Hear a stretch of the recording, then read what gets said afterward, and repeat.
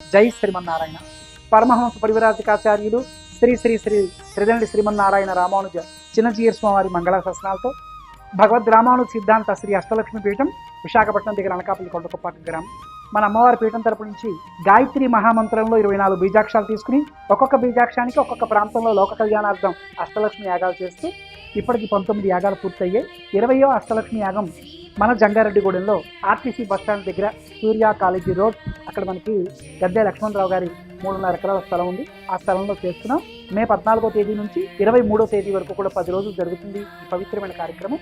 Corona లాంటి వ్యాధులు తొలగిపోయి అందరికీ మంచి ఆరోగ్యం కలగాలి, చదువుకునే పిల్లలందరికీ మంచి విద్య లభించాలి, వ్యాపారస్తులందరికీ కూడా చక్కని వ్యాపారం అభివృద్ధిలోకి రావాలి అని ఒక దివ్య సంకల్పంతో ప్రజలందరూ ఆయుర ఆరోగ్యాలతో అష్టైశ్వర్యాలతో నిండు నూరేళ్లు సుఖంగా ఉండాలనే ఒక దివ్య సంకల్పంతో శ్రీ పాంచరాత్ర ఆగమ శాస్త్ర ప్రకారం మనం ఈ అష్టలక్ష్మి యాగం చేస్తున్నాం. సుమారు ఒక 50 నుంచి 40 మంది వేద ఆగమ పండితులందరూ కూడా ఇచ్చేస్తున్నారు.